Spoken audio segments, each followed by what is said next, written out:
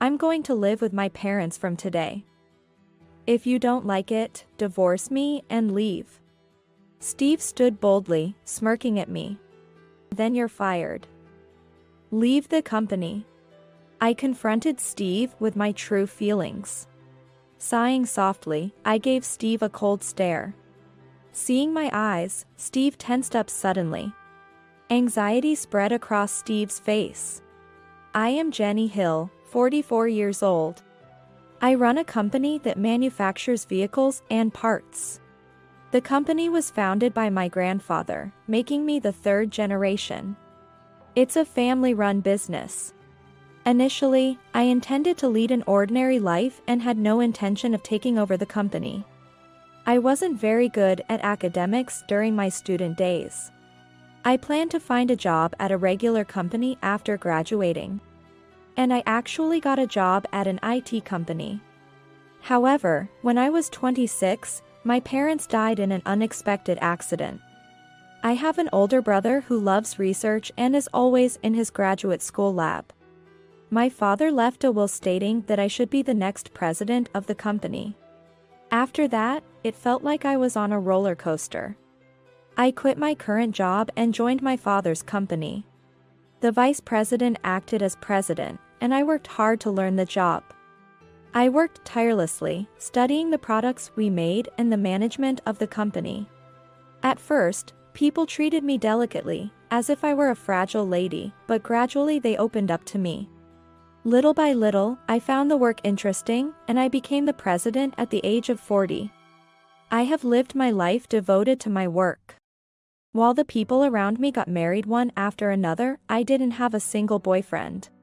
I prioritized work over leisure time. I traveled domestically and internationally for the company, hardly remembering holidays like Easter or Christmas. Relatives began to nag me about finding a successor.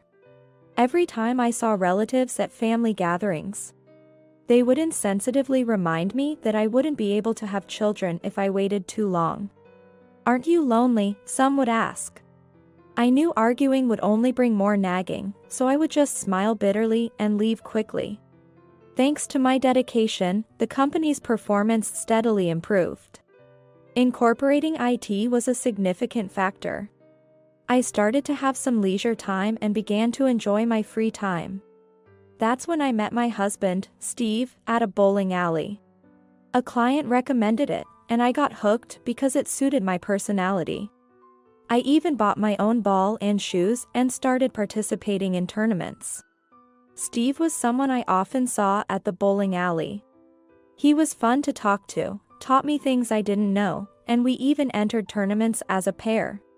After several dinners together, he confessed his feelings, and we started dating. Steve is the same age as me but looks youthful enough to be mistaken for someone in his 20s. I'm often mistaken for his sister. People must think I'm unreliable.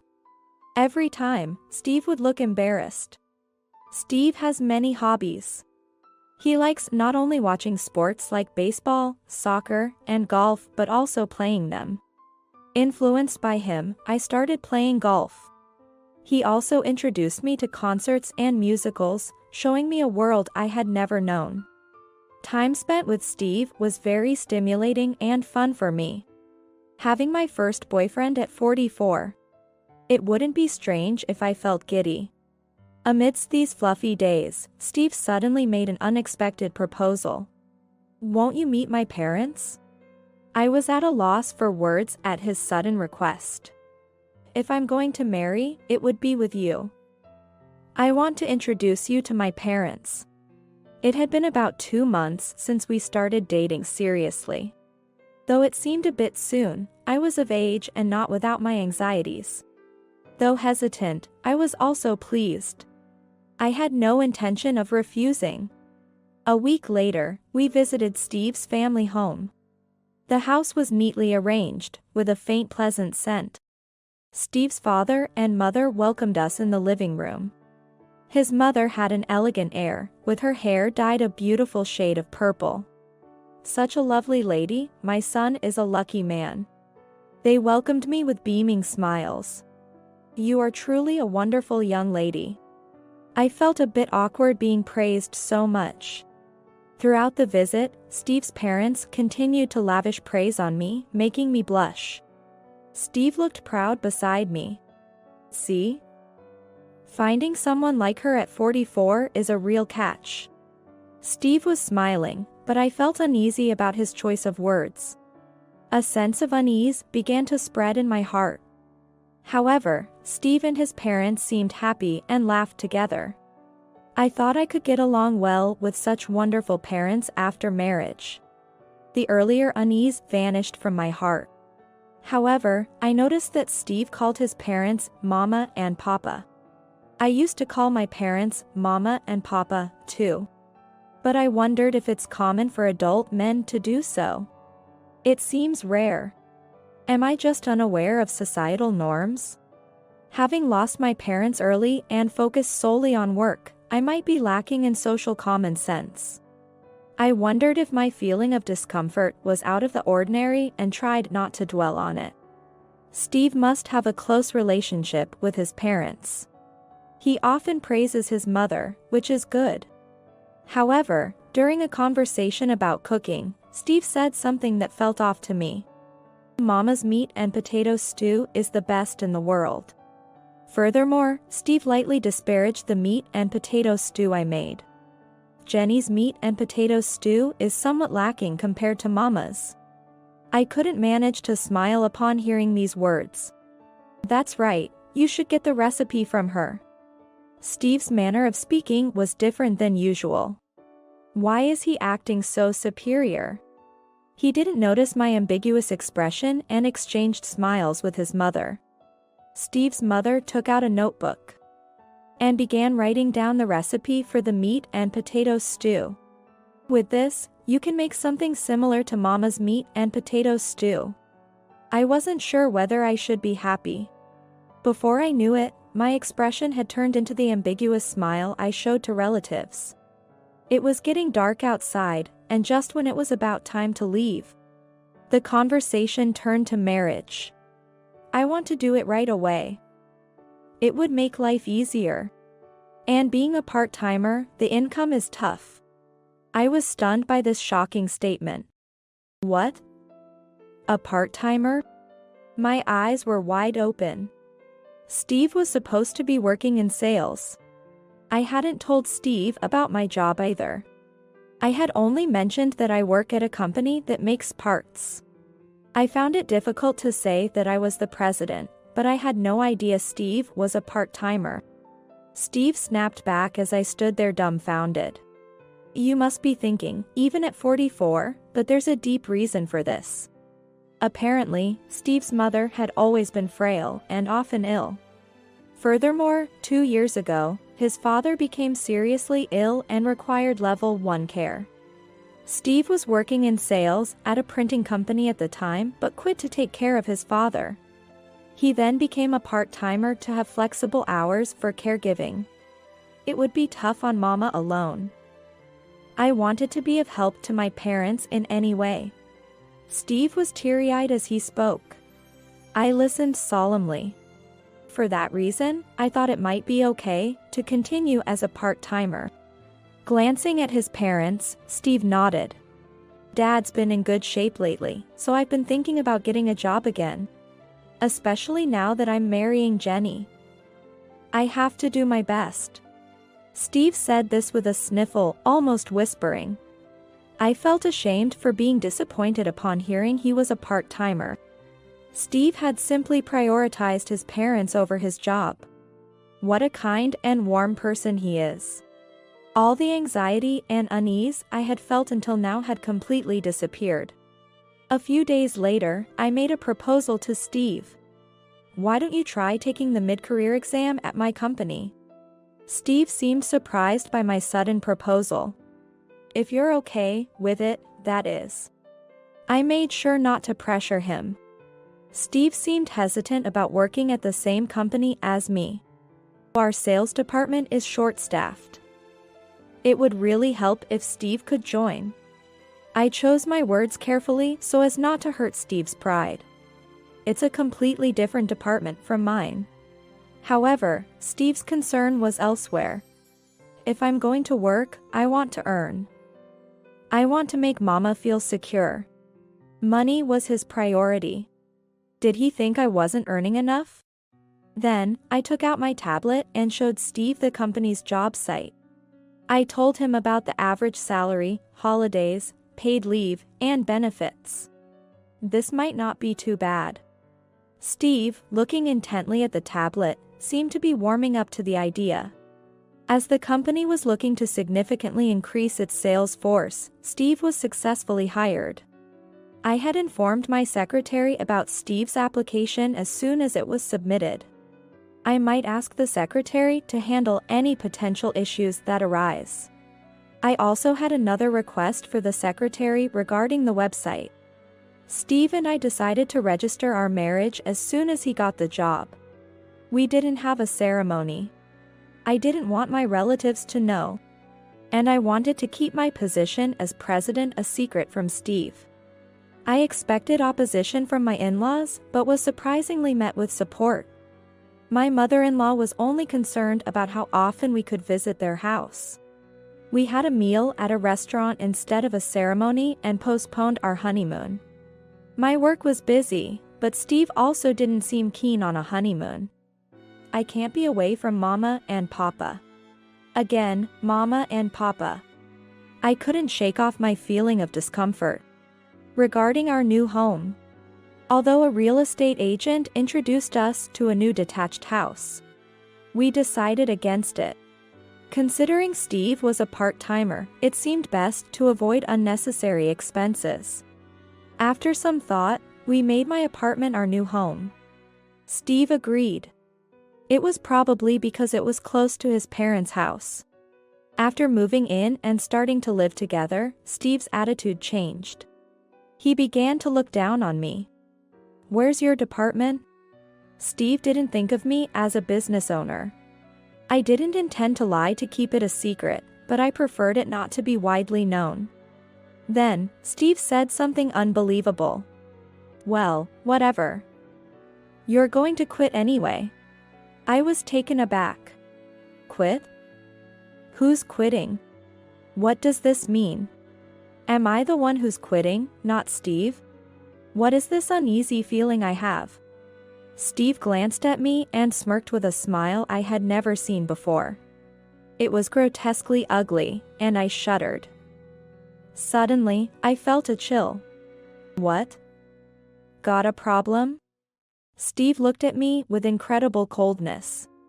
My heart rate increased.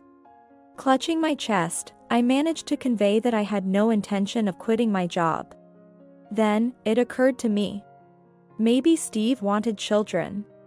Are you thinking about when we have kids? Our company has excellent maternity and paternity leave. Steve interrupted me with something unbelievable. Kids are out of the question. Mama and Papa are already a handful. I couldn't understand Steve's words and tilted my head. Then, Steve sighed heavily, as if frustrated. My parents, I told you. They need care. I stiffened as he raised his voice suddenly. Gathering my courage, I managed to respond. I heard your father has been doing well lately. That's why you re-entered the workforce, isn't it? Even if they're doing well now, both of them are elderly. Steve became furious. Aren't you worried at all? For a wife, you. Steve's yelling echoed throughout the room. I was confused and couldn't understand what he wanted. I tried to calm down and sort out my thoughts. It seemed like Steve was trying to push his parents' care onto me. Moreover, he intended to make me quit my job to focus on caregiving. Steve smiled smugly as if satisfied after yelling. Well, I'm not saying you should quit right away. It's better to have dual income for the money. It seems my income is now the priority. From now on, we'll go back to my parents' house on our days off. Every week. I intended to help as much as I could, but being pushed to provide care every week was unexpected. What shocked me most was Steve's attitude. Before our marriage, Steve was a fun-loving person with many hobbies, always positive and reliable. I was speechless at how much he had changed. A real estate agent had just informed us about a new detached house near Steve's parents' home. Despite the high demand, I had signed the contract, hoping it would change Steve's behavior. I had become entirely reluctant to visit Steve's parents. Yet, they welcomed me warmly. Glad you could come. We've got some cookies as a gift. Let's eat them together. He smiled warmly. Sorry for taking your precious day off for this. She was very considerate towards me. No, it's okay. Having Jenny here makes me feel as if my daughter has come to visit. I'm so happy. Tears of joy welled up in her eyes, and I felt moved. I decided to proceed with the new house. With such wonderful in-laws, everything would be fine. Every time I visited, Steve's mother prepared my favorite sweets.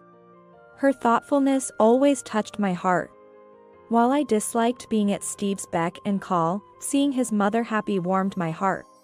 After a while, Steve and I began visiting his parents separately due to my work schedule. It was impossible to visit every weekend due to occasional business trips on weekends. To make up for it, I started visiting on weekdays. One weekday, I headed to Steve's parents' house. Having visited multiple times, I didn't ring the doorbell. As I entered the living room, I heard a familiar voice. It was Steve.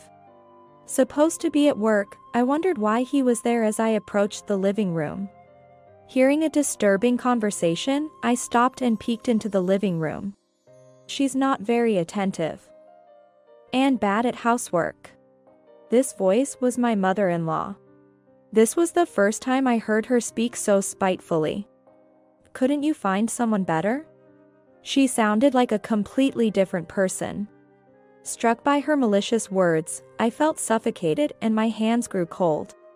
Despite all her praises before, I couldn't believe this gentle woman would say such things. Unable to bear listening any further, my legs wouldn't move. Steve's eerie, cajoling voice was audible. Sorry, Mama. But, she's pretty sturdy, should be good for physical work. How could he speak of me like that? My disgust for Steve grew. It's all about training. With the right guidance, she'll be useful. What does he think I am?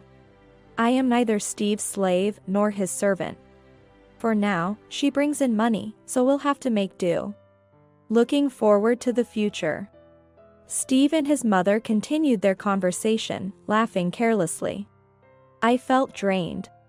Unable to stand, I leaned against the hallway wall for support. Although Steve's words were shocking, my mother-in-law's words deeply hurt me. What was all her previous kindness for? I reminisced about the times we shared cookies, laughed together. And the meals she taught me to cook. Always smiling, sometimes with tears in their eyes. Was all that an act? If so, holding off on divorce because I was worried about my mother-in-law would be utterly pointless.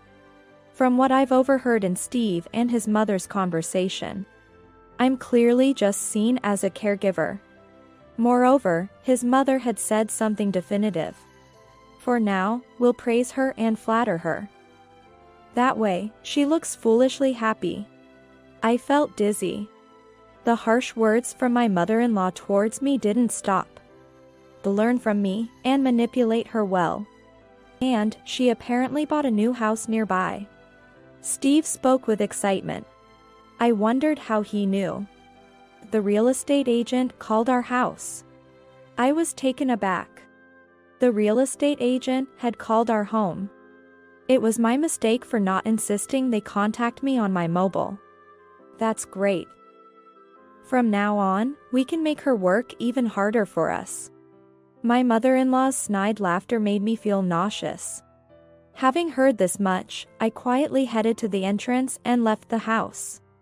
My hand was numb from gripping my phone too tightly. On my way home, I sent Steve and his mother a message saying I suddenly felt unwell. I regretted getting married at all. The word divorce floated in my mind. I'm someone who acts quickly once I've made up my mind. I always choose regretting doing something over regretting not doing it. Society might not look kindly on a quick divorce. But thinking about spending more time with someone I despise, it seemed better to act quickly. I could no longer stand living with Steve. I immediately prepared the divorce papers. I decided to cancel the new house as well. If not handled correctly, I could end up losing my assets through property division or compensation claims. However, I believed I could manage if I used Steve's emotional abuse as leverage. I have a competent legal advisor and a loyal secretary. After making up my mind, I decided to act more cautiously. I continued to pretend to be submissive to Steve, not to confront him directly. According to reports from my secretary, Steve had been causing several problems at work. This was just the tip of the iceberg. Divorcing Steve wouldn't be enough to sever all ties. I wanted to resolve the issues at work quickly and get the divorce over with. And I decided to keep my role as the president a secret. If Steve or his parents found out before the divorce, it could complicate matters. I shared everything with my secretary, embarrassed but needing help. With the secretary's assistance, I steadily prepared for the divorce. Living with Steve was suffocating. I felt barely alive. When I had somewhat of a plan, I unexpectedly ran into Steve at work. Good timing. As soon as he saw me, he approached with a broad smile and pulled me into an empty conference room. "You're hiding something from me, aren't you?" His sinister laughter sent chills through me. "I heard you bought a house. Got the call saying it's ready to move in." I sighed inwardly. So, it was about that. "We're going to live with my parents starting today. If you don't like it, divorce me and leave." I was dumbfounded. It seemed it was time to confront Steve. He stood boldly, smirking at me. Steve probably thought I would admit defeat and comply with his demands. I had complied with his demands for the sake of his parents until now. I thought his parents were kind people who cared about me. But knowing the true nature of his mother, I no longer felt close to my in-laws. "Then you're fired. Leave the company." I smiled slightly at Steve as he yelled, and confronted him with the truth. "Huh?" Steve was taken aback, emitting a strange sound. But he must have thought it was a weird joke. He quickly regained his composure and started to laugh offensively. "Fired? You're not my boss.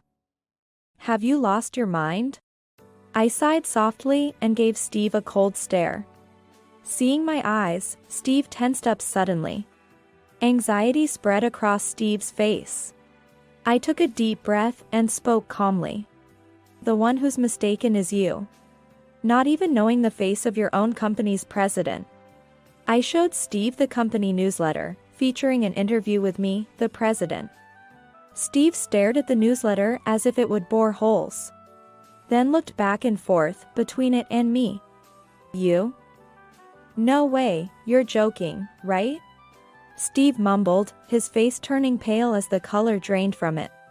"Finally understand?" Steve slumped to the floor as if his strength had left him. "No, you've got it wrong, honey. I didn't know anything." Steve, bowing his head towards me, was trembling.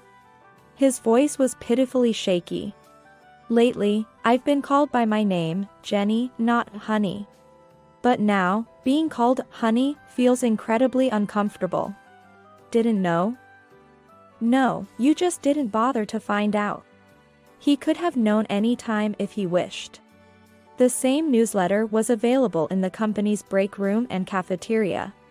A simple search on a smartphone or PC would bring up my photo immediately. Even if the company's website was taken down, my photos could easily be found online. Simply put, Steve had no interest. He had no passion for his work either. As a result, Steve was relegated to organizing tasks within the company rather than sales. Steve doesn't care about the nature of his work. For him, the only important things at the company are income, time off, and benefits. I must have been just another irrelevant existence to him. Of course, that was never enough for me. This isn't over yet. We haven't finished talking about the divorce. Steve was visibly shaken. Do you even realize what you're saying? He must have never thought I would agree to a divorce. Yes, I can never be the ideal wife you want. So, divorce is the only option. I pulled out the divorce papers from my bag. I've had them with me ever since I decided to get a divorce. Do you understand what you're doing? Steve looked incredulously between the divorce papers and me. I placed them on the table. Hurry up and submit. Steve's face turned pale as he froze. Oh, not divorcing? Are you all talk? As if snapping back to reality, Steve slammed the divorce papers on the table. I watched him took them, then placed a stamp pad on the table. Press your thumbprint, too. Steve's face turned red as he dipped his thumb in the ink and pressed it onto the documents. Now we're strangers. I stated this matter-of-factly. Don't come crying to me later. Talking back to your husband is a failure as a wife. Steve said this with a look of disdain. Good riddance. A woman who chooses her job over mama and papa, better off divorced. Steve continued to complain though he was just a sore loser. Oh, my apologies for that. I replied calmly, unfazed. What are you going to do after the divorce? Think about how lonely mama and papa will be without you. Do you realize how sad they'll be? Lonely? Sad. They were the ones speaking ill of me together. Anger flared within me. I was so furious, I couldn't find the words. I wanted to lash out at Steve right there, but all I could do was clench my teeth and glare at him. Taking advantage of my silence, Steve continued to insult me. Poor thing, Mama said she's hungry, but there's nothing to eat. So what? There are some stores and supermarkets near their house. You should go back to your parents' house. There's still a chance to make things right. Steve arrogantly tried to dictate what I should do. His parents are not so incapacitated that they need constant care. It's all just an excuse. I'm tired of this. We're strangers now. And I have an important meeting to attend today. I managed to speak up. My anger reached its peak, and somehow it made me calm. If they're so important, why don't you take a day off and go yourself? I refuse to be a sacrifice for Steve and his parents. I can't just leave my important work for such people. I've been patient and compliant for too long. Enough is enough. Steve, probably not expecting me to talk back, stepped back. You're talking back to me? Out of your place as a wife. I've said it before, I'm no longer his wife. And Steve has a distorted view of things. He must think a wife is a slave to her husband, meant to silently obey. Moreover, Steve only pushes things that are convenient for him onto me. What do you mean, out of my place? Who do you think you are? I confronted Steve without hesitation. Steve gritted his teeth in frustration. They're your parents. Why don't you take care of them before pushing them onto someone else? If his mother is so important, Steve himself should take a day off and visit her. Steve's job was just organizing the supply room. There are no deadlines or appointments with other companies. He could easily take a day off if he talked to his boss, yet he pushes it onto me. His mother's condition can't be that bad. He just wants to boss me around. Ridiculous. Why should I ask and take time off for my own parents? Despite it being about his own parents, he relies on others to an extreme. Steve's selfish logic seems to go on forever. Listen well. Taking care of mama and papa is your job. I'm fed up with hearing mama and papa. What are you asking of me? I didn't expect a reasonable answer, but I asked Steve anyway. Steve scoffed and replied, "You're supposed to take care of Mama and Papa, all of it." I couldn't believe Steve would say something so absurd. How shameless can he be? We're strangers now. Take a day off and go yourself. I told Steve what was plainly right. Steve choked up, unable to say a word. Steve doesn't have to push the care of his parents onto me, he could just take time off himself. Complaining without doing anything himself is absurd. To you, anyone willing to take care of your parents would have been fine, right? Steve, his mouth agape, shook his head, his face turning pale. That's not true. If I had known you were the president, I wouldn't have let her do the caregiving. Despite previously saying, "Out of your place as a wife," he quickly changed his tune. I knew his real intention was to use me as he pleased. That's why he's trying to flatter me now. However, Steve gives himself away with his next remark. With money, we can hire someone else. That's the crux of it. Steve relies on others. So, in the end, caregiving is someone else's responsibility. Are you planning to do nothing and just enjoy life with Mama? That's not true. Steve replied with a forced smile. But if Steve and his parents had managed to manipulate me better, such a future might have been possible. The thought sends shivers down my spine. What if I hadn't known the true nature of Steve's parents? I might have happily agreed to his proposal. There could have been a possibility that Steve focused on caregiving while I earned the income. Steve squandered that chance himself. For me, it might have been a blessing in disguise. Steve looked up at me with tearful eyes, pleading, "Please, let's start over. We used to get along so well. Let's go to various places again like we used to." I reminisced about all the places Steve took me on dates before we got married. "The places you took me to were indeed fun." Steve's face brightened with a smile, perhaps thinking there was still a chance. And I was a fool to be deceived by that. Marriage turned out to be hell. I glanced at my watch exaggeratedly. Well then, I have to prepare for a meeting. I'll contact you about the termination later. I waved casually at Steve and reached for the door handle. Just before I could open the door, Steve grabbed my left hand. Turning around, I saw Steve glaring at me. "We're not done here. Being told to leave because of termination, and then divorce on top of that, I can't accept that." Steve came at me with teary eyes, lashing out. "And what's this about being the president?" His words trailed off, and eventually, Steve let go of my hand. The divorce was initially his idea. The fact that I couldn't confess about being the president was due to their actions. Steve probably never thought I would accept the divorce. He must have believed that threatening me with divorce would make me comply. And the revelation of me being the president must have been a shock to him. Such behavior is not fitting for an adult. Steve clenched his back teeth, seemingly regretting letting the money slip away. "But that's none of my concern. It just shows how foolish you were." At my words, Steve exploded, his voice cracking as he yelled, "Coward. Is it right for a big company's president to fire an employee just because of a divorce? That's tyranny." Either he had lost his reason or was defiantly standing his ground. Steve is too immature in his thinking.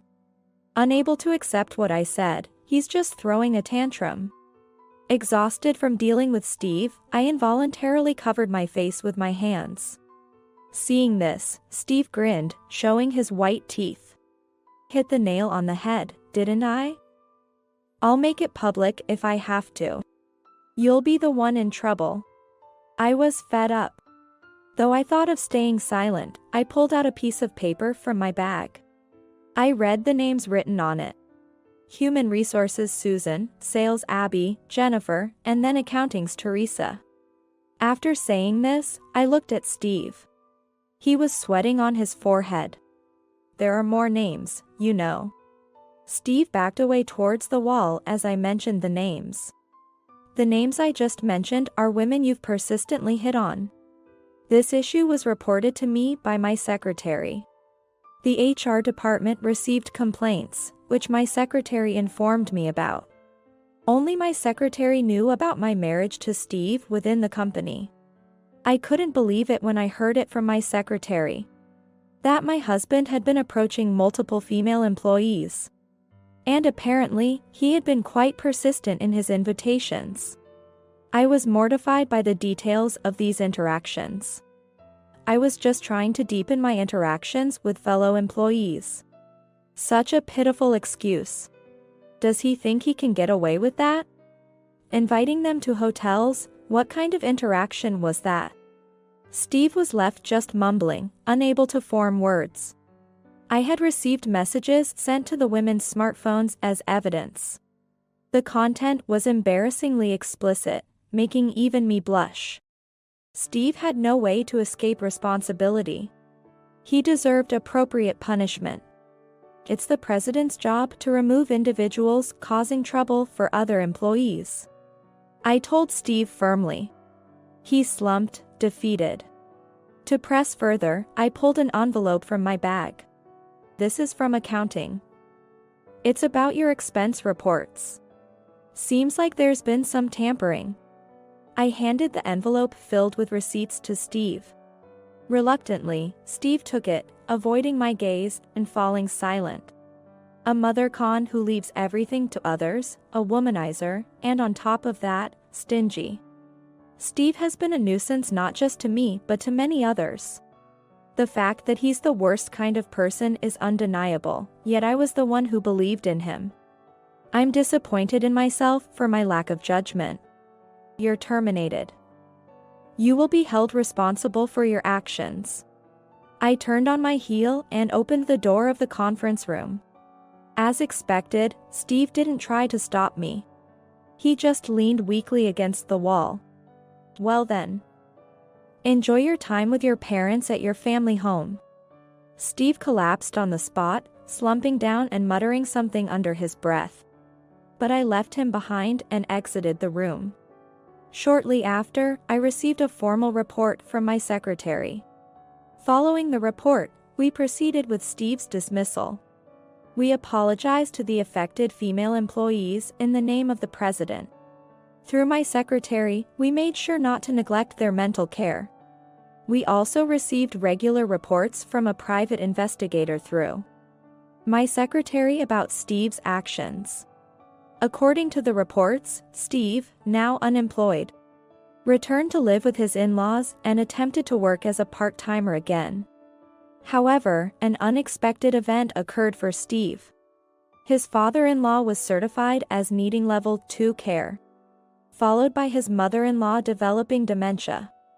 Steve found himself responsible for caring for both his father and mother-in-law. His mother-in-law occasionally wanders at night, leading to many sleepless nights for Steve. Between work during the day and caregiving afterward, he's overwhelmed. I need help. Please provide financial support. Steve contacted me several times. If the divorce had been amicable, I might have considered helping. However, Steve and his parents treated me like a slave. There's no room for sympathy for such people. Each time, I responded to Steve with a businesslike tone. I'm afraid I cannot be of assistance. Please refrain from further contact. Depending on the situation, appropriate measures will be taken. After that, there were no more calls from Steve. Having divorced Steve, I've decided to live alone, swearing no marriage. The new house I kept under contract is now rented out. The land is likely to appreciate in value, so there's more to gain than lose. Work is going well, and the company's performance is on the rise. More than ever, I'm dedicated to my work, which has become my passion. However, I haven't been able to quit bowling, a hobby Steve introduced me to.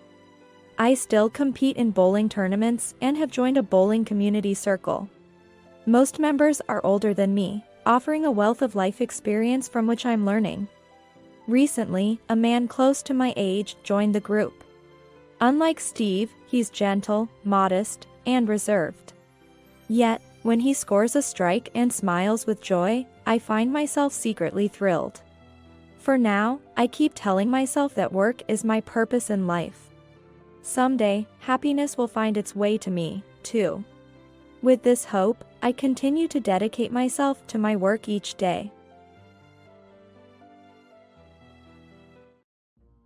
So, there's no money left in this house, right? There's no need to deal with them anymore, is there? That's true. We don't need parents anymore. What? It means cutting ties with you. There's no point in pleasing a penniless mother-in-law, as there's nothing to gain from it. It's a hassle if they start asking us for money because they don't have any. Or if they expect us to take care of them without a penny to our names. We want to cut ties now. I understand your thoughts well. So, your inheritance will be those $30,000. And that's the severance for cutting parent-child ties, right? Yeah. That's fine. After her husband passed away, the true nature of the eldest son and his wife was revealed. In a way to vent their frustration over their failed plans, they presented me with a declaration of estrangement. $30,000 is a significant amount. But they will regret having received that money. 2 years after my husband passed away, I was sitting on a park bench eating bread. A peaceful moment was suddenly disrupted by a familiar voice. Huh? Isn't that you, Mother? Huh? True. Look. She's looking so tired, feeding pigeons in the park. No, I'm not feeding the pigeons, though. That's true. We took all the money, so naturally, you'd become homeless, wouldn't you? How's the homeless life going? My anger had long passed, and I was left so dumbfounded I couldn't say anything. I just sighed softly and resumed my lunch. Mom, why are you ignoring us? We've cut ties, so it's wrong to call you Mom now, huh? How about we call you Homeless Grandma? That's good. Homeless Grandma. The eldest son and his wife took my silence as an opportunity to say whatever they wanted. Since I finished my bread, it was time to tell them the truth. You keep mentioning homeless, but who are you talking about? You, Homeless Grandma? I'm not homeless. I live over there now. Huh? I pointed to a building and explained the truth to the eldest son and his wife. What? Shocked by the truth, the eldest son and his wife realized it was too late for regrets. I am Amy, a 60-year-old housewife. My husband, Tony, is 67 years old and is still working. He quit his job at a company about 20 years ago and founded an IT company. The company has been growing smoothly, especially since it began focusing on a certain area about 10 years ago, leading to rapid growth. As a result, the company has become quite large. As a housewife, I find it all very confusing, but my husband talks about data science and big data. Given his age, my husband has already retired as president but continues to work as the chairman. However, he seems to think it's about time to step down from that role as well. We have one son, Sean. When my husband retired as president, our eldest son did not take over the company. Moreover, he hasn't helped with my husband's company at all. I don't want to be seen as living off my father's success, so I'll make it on my own. After graduating from university, Sean said this and took a job at a company that had nothing to do with IT, leaving home. I was a bit disappointed because I had hoped our eldest son would take over his father's company. However, as a doting parent, I felt a bit proud of Sean for choosing not to rely on the power of his parents. And my face brightened when I heard about his decision. I won't force you, so you should do what you like. My husband seemed to share my sentiment, offering words of encouragement to Sean despite looking a bit disappointed. All was well until Sean got a job and then rarely contacted us. only coming home around Christmas. Lately, he would just call during Christmas and not come home at all. Well, it's not unusual for men, and as long as he is doing well, that's fine. I tell myself this, but I still wish he would contact us a bit more. Then, one day, far from Christmas, Sean called. It's unusual for you to contact us outside of the end of the year. I have something to report. I'll be coming home soon. What's the report? I'm getting married, so I'm coming to introduce her. Really? I was already happy just to hear from Sean. But I was surprised to hear about his marriage and couldn't help but raise my voice. Startled by my sudden loudness, my husband, who was leisurely watching TV, jerked and turned towards me. I returned his gaze with a beaming smile.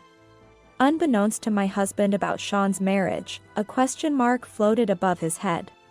Sean would bring his fiancée home in a month. Sean will be bringing his bride home soon. It's still 3 weeks away, isn't it? 3 weeks will fly by in no time. Since Sean called, I've been telling my husband almost daily that Sean will be coming home soon to report his marriage. My husband may look fed up, but I keep insisting that Sean's visit is imminent. I can't help but look forward to it. However, this marriage announcement would soon bring me anxiety. A month later, Sean and his fiancée arrived at our home. I'm home. We're here. Welcome. Come in. Your father is waiting in the living room. Excuse us.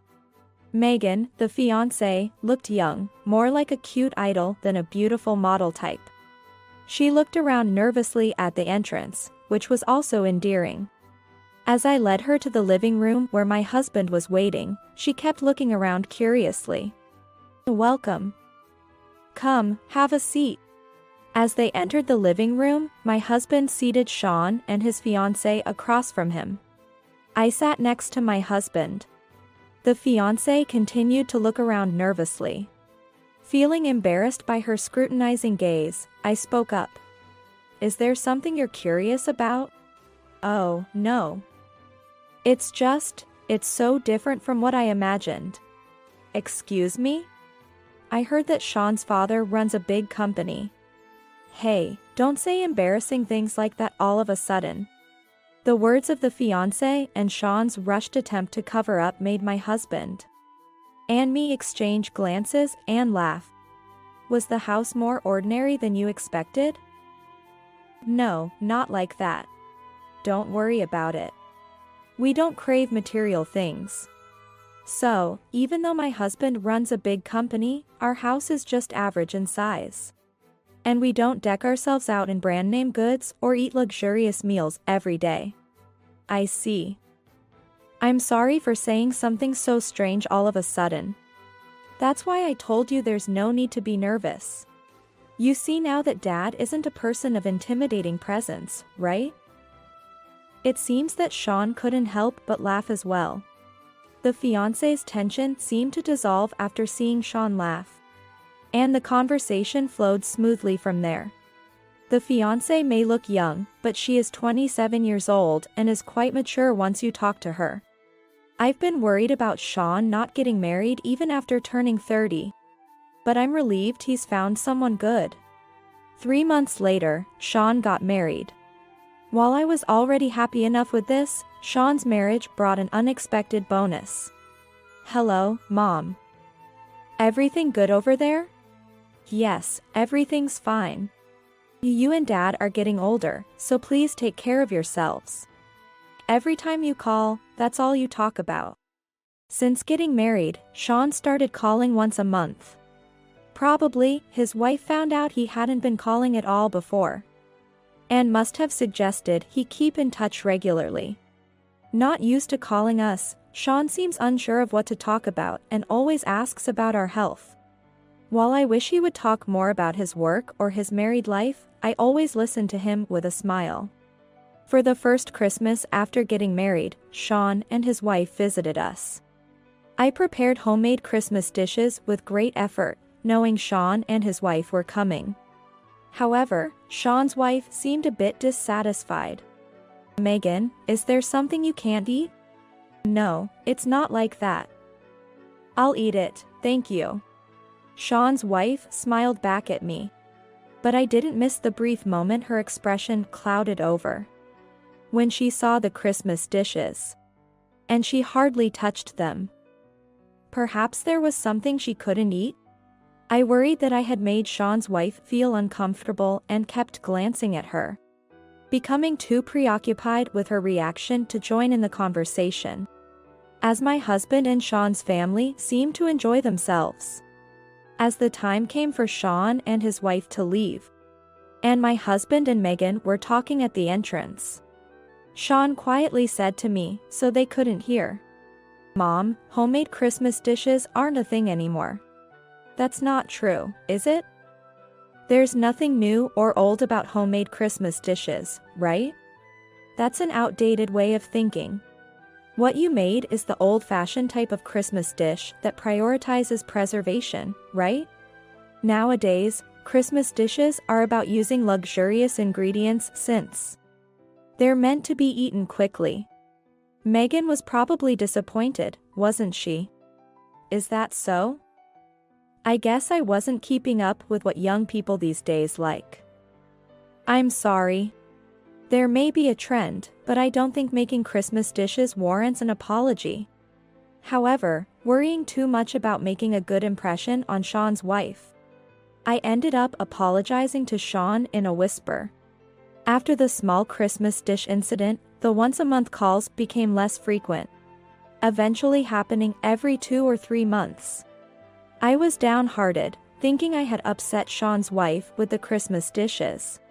Seeing me like this, my husband kindly reassured me she wouldn't get upset over Christmas dishes. Maybe they're just busy with work. Or, trying to keep up with calling every month was too hard. It was a big change from not calling at all to monthly calls, right? Even if it's once every 3 months, it's good that he's still keeping in touch. My husband's words cheered me up a bit. However, a negative feeling lingered in the back of my mind. It seemed this negative feeling had the power to attract bad things. 6 months later, my husband fell ill. I guess I really can't work anymore. This is a good chance to retire. Lying in the hospital bed, my husband seemed relieved he didn't have to work anymore.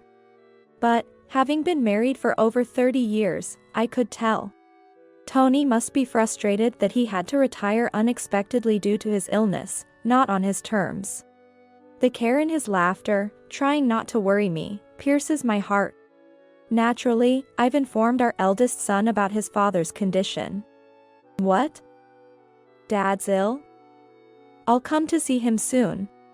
Sean's response over the phone was indifferent when I told him.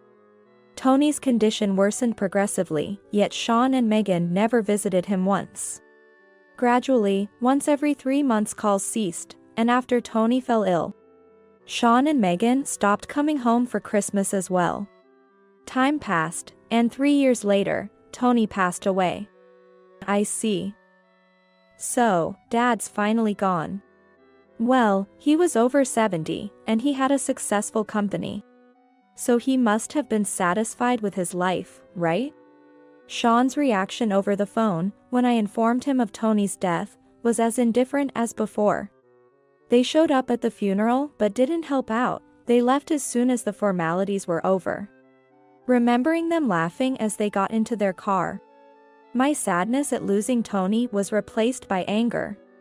But that anger is fleeting, and soon I'm overwhelmed by sadness again. There's so much to do with paperwork and clearing things up, but I can't seem to make progress. About a month after Tony passed away, I finally started to feel better. It seems time does heal most wounds. However, just as my spirits were improving, a problem arose that seemed to drain my newfound energy.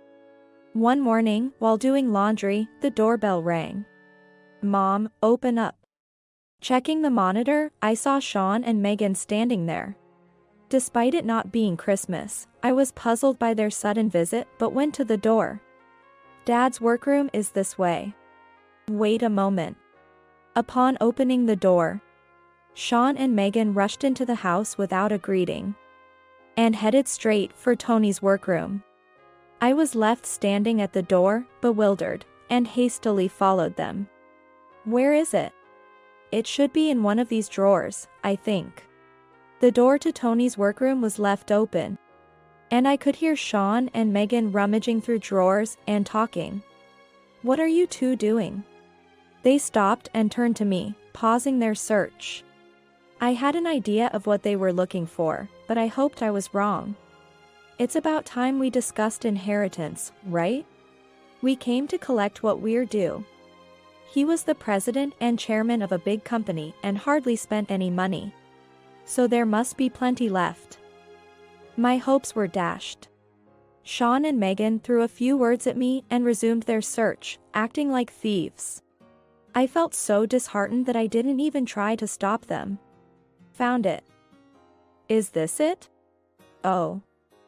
Is it? What's inside? As they eagerly flipped through Tony's bankbook, their expressions suddenly darkened. What's this? There's hardly any money in here. Damn. So there wasn't as much money as we thought. It was clear they had come looking for Tony's money. However, I couldn't grasp the meaning of their conversation. And my thoughts froze, leaving me standing there, looking foolish. Mom, you've had an easy life till now. But it looks like you're facing tough times at the end. I snapped back to reality at Sean's voice. As my mind cleared, I saw Sean and Megan looking at me with malicious grins. Still unable to comprehend the situation, I braced myself to be ridiculed and asked Sean, "What do you mean by a tough times?" No need to play dumb. We know. Your husband's company was absorbed by another company around the time he fell ill, right? So, the company went under another company's umbrella because it was running at a loss, right? What? What are you two talking about? A person who was about to go bankrupt with their company couldn't possibly have any money. But since he was the head of a big company, even if it was struggling, I thought there would still be some money left over. My plan is ruined now. Yeah. What a disappointment. Wait a minute. What do you mean by that? Hearing Sean and Megan's conversation, I couldn't understand a thing and, out of frustration, raised my voice. However, Sean and Megan weren't fazed by my shouting and continued to wear their villainous smiles. The reason I didn't join Dad's company was because it seemed too difficult to work at such a complicated business. Why work hard and sweat it out at Dad's company when I could easily inherit his vast fortune someday? It made more sense to do an easy job in moderation. But now, to see my plan not come to fruition, I even made an effort to be nice and had Sean keep in touch, thinking it was better to stay on your good side at first. I even endured that awful homemade Christmas dish. You only stopped because it became clear Dad wasn't a strict person. So in the end, you figured it wasn't necessary anymore. And you, when you found out Dad had let go of the company, you just accepted it as a downgrade from a guaranteed life of luxury to an ordinary one. I may have given up, but I was still hoping for something like $100,000 in savings. Look at this bank book. Only $30,000 in it. I wonder if it costs money to shut down a company. Well, we'll just have to graciously accept this $30,000. Listening to Sean and Megan babble on recklessly, my anger was on the verge of exploding. But I swallowed the words that came to my throat, biting my back teeth hard, pushing the anger down. What's wrong, Amy? Your face is all red. So, this means there's no money left in this house, right? There's no need to deal with you anymore, is there? That's true. No need for a parent who ruined my plans. We're done. What? We're saying we're cutting ties with you. Since there's no money left in this house, there's no point in pleasing a penniless mother-in-law. It's a hassle if you start asking us for money because you don't have any, or expect us to take care of you without a penny to our names. We want to cut ties now. I understand your thoughts well. So, your inheritance will be those $30,000. And that's the severance for cutting parent-child ties, right? I can keep everything else, right? Yeah. That's fine. We don't need this house anyway. And we'd be in trouble if you try to saddle us with any debt. We're satisfied with just the $30,000. Sean and Megan, like at the funeral, left laughing. I didn't want to give even $30,000 to Sean and Megan if I could help it. $30,000 is a significant amount. But later on, Sean and Megan will regret having received that money. 2 years after Tony passed away, I was wandering around the town for errands. Moving around with a body over 60 has its challenges. Tired, I decided to sit on a park bench to rest. I took out a sandwich I bought from the supermarket earlier to have a simple lunch as I sat down on the bench. As I was eating, pigeons began to gather around. Watching the pigeons, I felt a sense of peace. Indeed, they are symbols of peace. However, this peaceful atmosphere was quickly shattered by a familiar voice. Huh? Isn't that you, Mother? Huh? True. Look. She's looking so tired, feeding pigeons in the park. No, I'm not feeding the pigeons, though. That's true. As always, you're not spending money on appearances, huh? Oh, maybe you don't have any money left to spend. We took all the money, so naturally, you'd become homeless, wouldn't you? How's the homeless life going?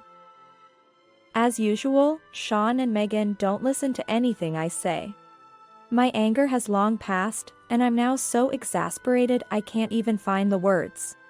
I sigh softly and resume my lunch. Mom, why are you ignoring us? Oh, because we've cut ties. Calling you Mom would be wrong now, huh? How about homeless grandma? That's good. Homeless grandma. Sean and Megan continue to say whatever they want, laughing as I remain silent. After finishing my bread, it's time to tell them the truth. You keep talking about homeless, but whom are you referring to? You, homeless grandma. I am not homeless.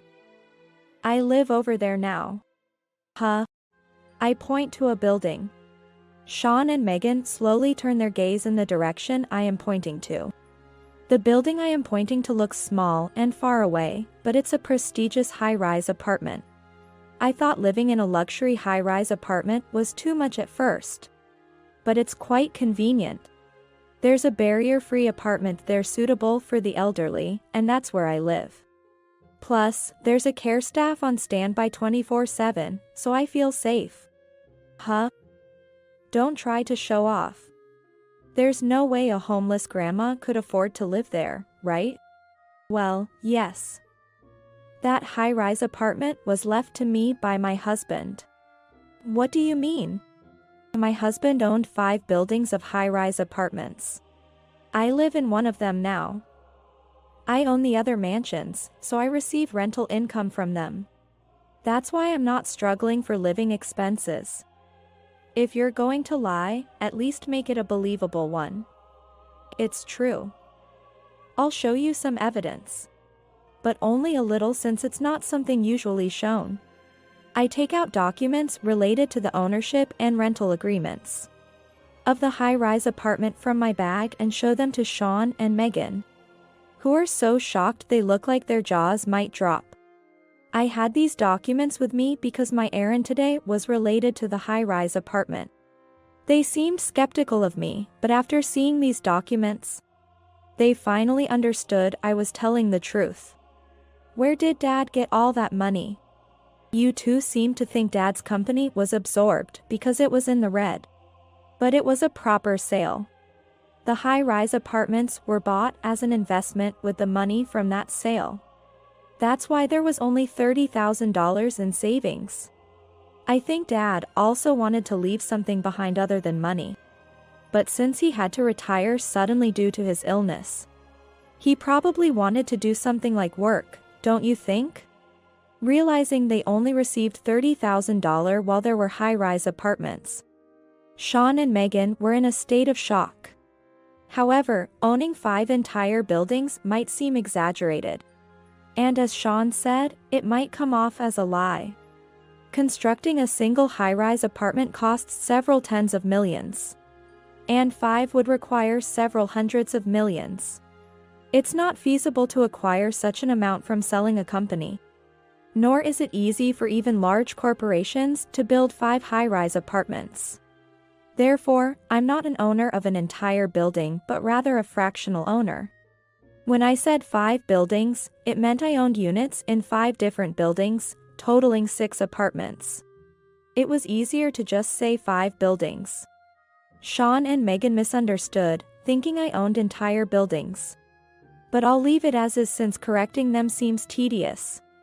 Even owning 6 units is significant. Each unit in the high-rise apartments my husband bought costs over $500,000. Totaling over $3 million for 6. My husband invested almost all the money from selling his company into these high-rise apartments. It must have been thrilling for him to make such a significant purchase with the money he earned throughout his life. If you have that many, couldn't you share one with us? Right. It'd be too much for you to manage alone. We can help. Upon learning I am the owner of the high-rise apartment, Sean and Megan became cautious with their words, their speech awkward and forced. It was a complete turnaround.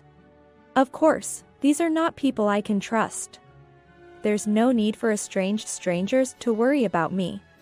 But, wait a minute. Even if we've cut ties, we're still family. That means, when you're gone, the high-rise apartment automatically becomes mine, right? Oh, right. We don't need to bow down to this old lady here. Sean and Megan started to smirk again, like villains.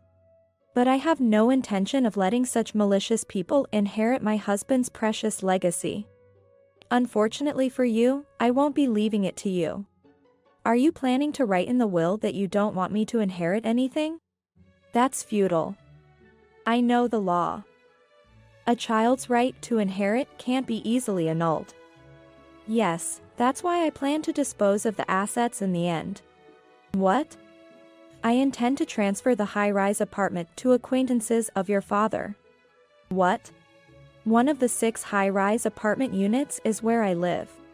But the other 5 are occupied by my husband's acquaintances. All of them are married and run their businesses.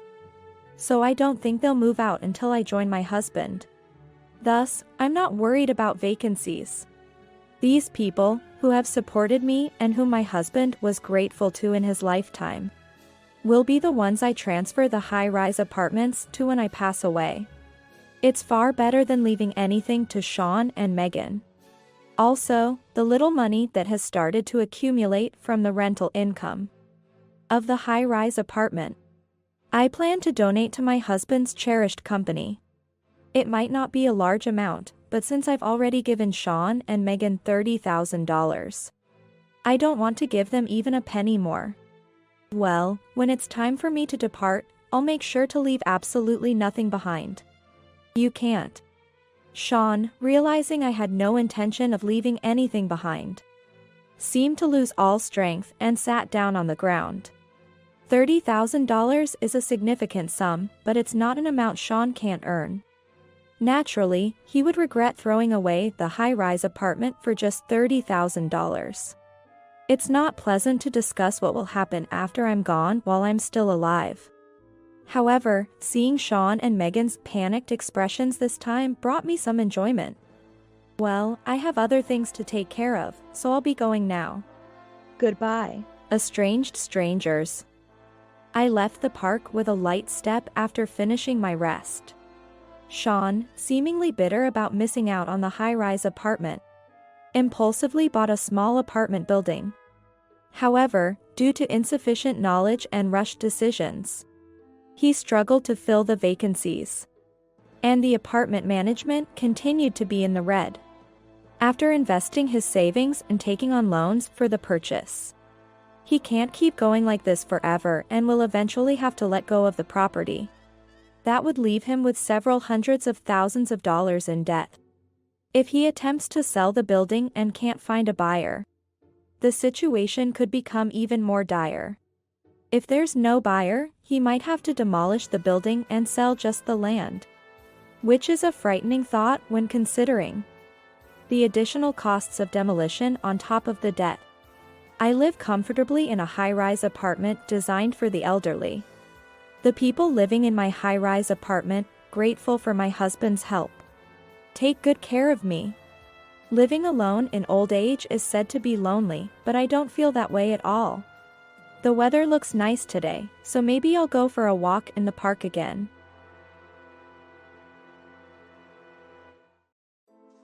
In the completely dark mountains, I was pulled by the arm and roughly dropped out of the car. I don't need a gold digger like you coming back. Sleeping outdoors sounds fun. From inside the car, my husband and mother-in-law just opened the window and, laughing together, said that. Then, the car quickly drove away. If only I could fly away into the sky. Today, as always, I was looking outside through the window. I am 30 years old. I am married to Ken, who is 32. And we live together with my mother-in-law, Martha. My parents, actually, died in an accident, leaving me with no relatives. I worked as an office lady and married, but after moving in together, I suddenly developed asthma. The condition was severe, and I became disabled and couldn't work anymore. I said I liked quiet women, but I never said I liked women with quiet health conditions. My husband came home and said this in an irritated tone. His attitude was harsher than usual. That's when I understood. Today is, the 25th. Payday. Normally, with both of us working, we should be able to live a richer life than most. How did it come to this? Thinking about how much of our salary goes to utilities, how much is taken by taxes. My husband was particularly moody on payday. A continuous clicking of his tongue. But what can I do? And while grumbling his dissatisfaction, he lit a cigarette, took a deep drag, and then exhaled the accumulated smoke. Cough. Cough. I choked on the smoke from the Marlboro cigarette. Even the smoke lingering in the room was too much for me. I felt like a piece of smoked ham. Then, Martha also lit her own Winston cigarette, which had been lying on the table. She too inhaled deeply, then exhaled the smoke just like before. Why does she have to imitate even this?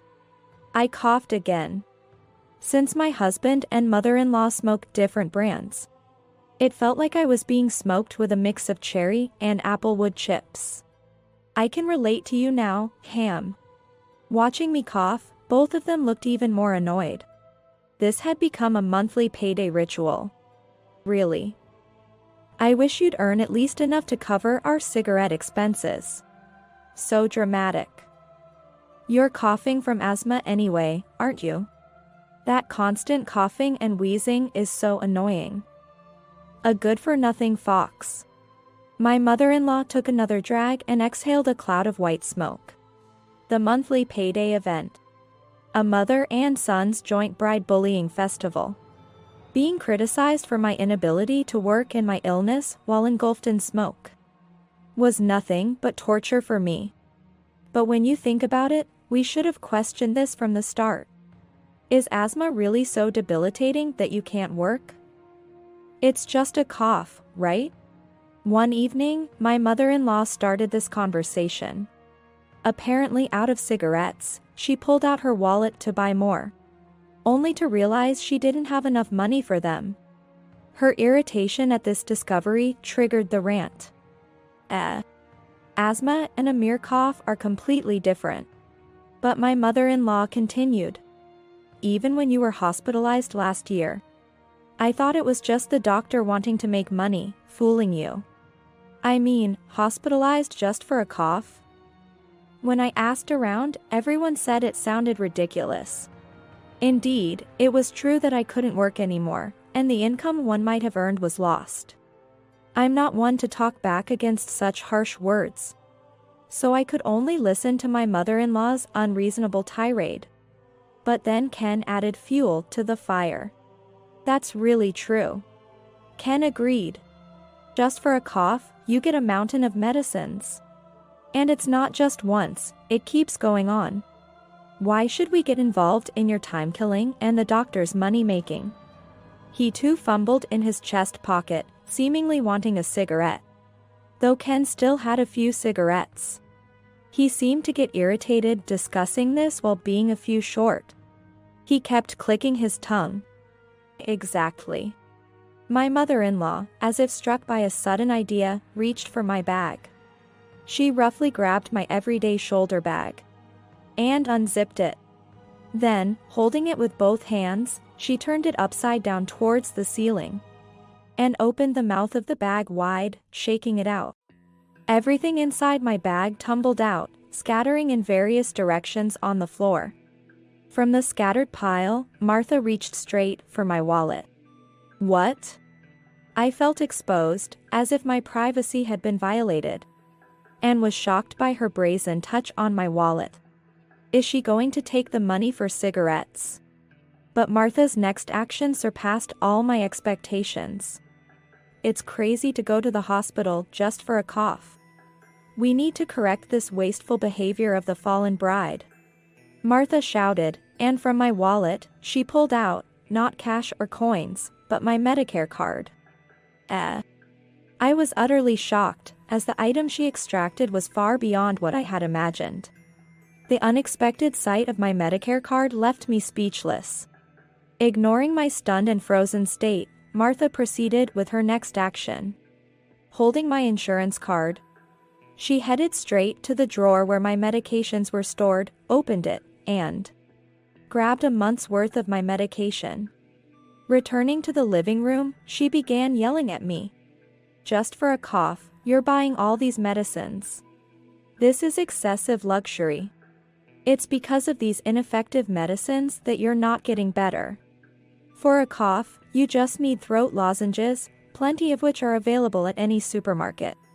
After her tirade, she threw my medications and the Medicare card into the trash can with the organic waste.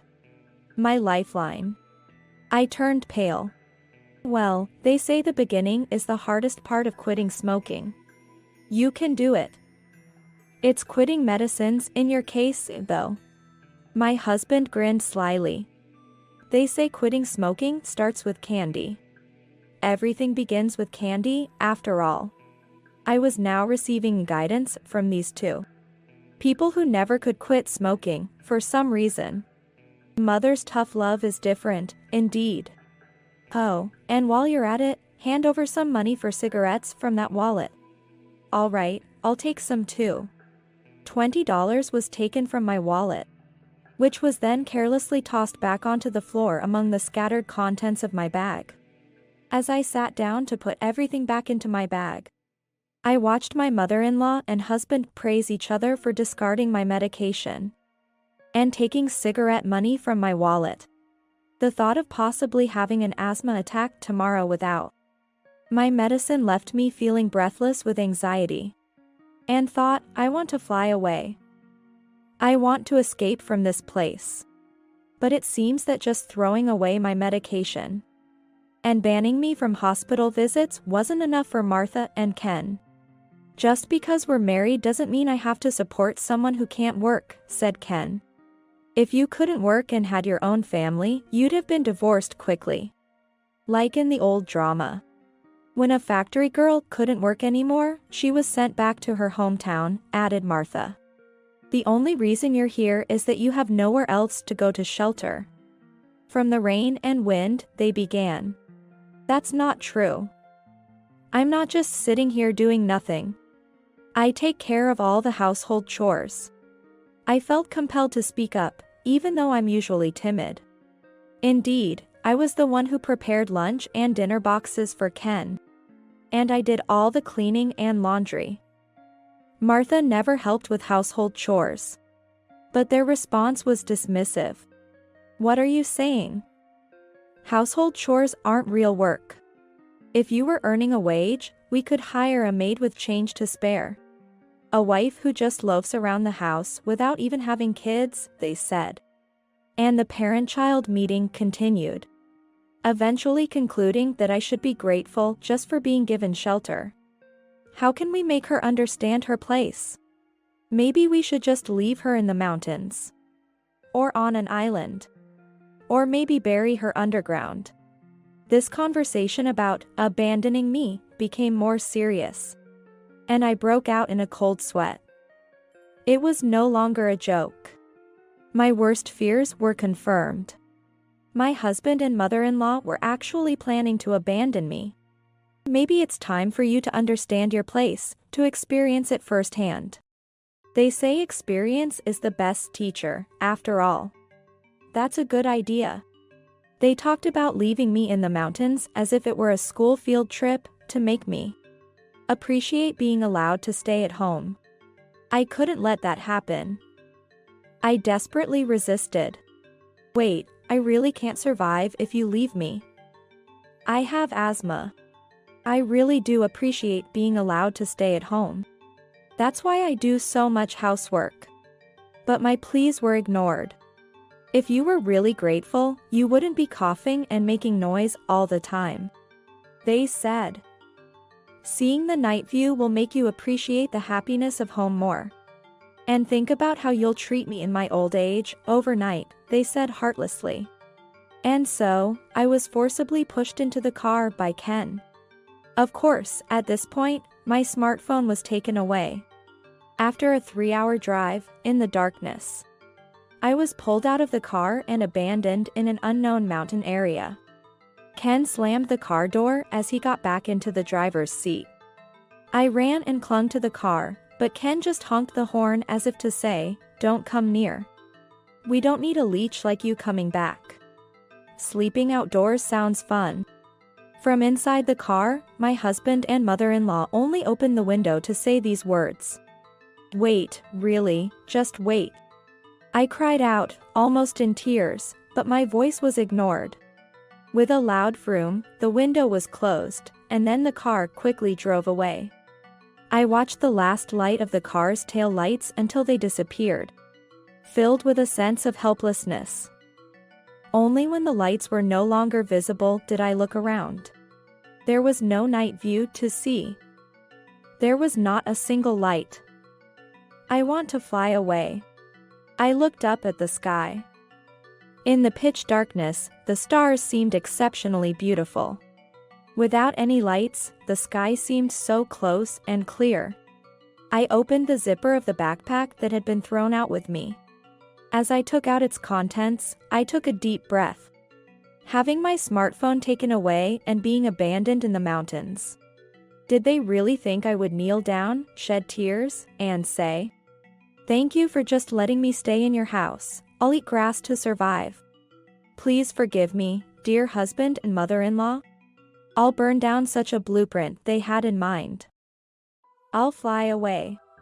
Several days later, I was facing my husband and mother-in-law. But not at home.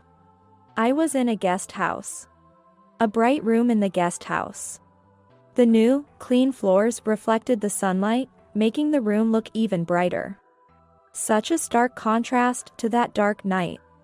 I saw it on TV. Despite the reflected light, he had a terribly pale face, beyond blue to almost black. And he started speaking in a trembling voice, looking down. Opposite to him, I was in a cheerful mood. Just like the weather today. Yes. It was good news, wasn't it? Yeah. It was. I'll show it to you again.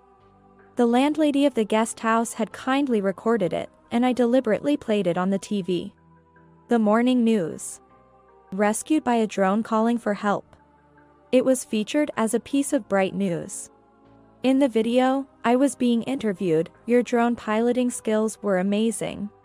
Yes, I've been into aerial photography as a hobby for a long time. So flying at night wasn't a problem. The reporter asked more questions. When did you come up with the idea to attach a letter to the drone? I responded with a smile. I had been planning it since my husband and mother-in-law started talking about wanting to abandon me in the mountains.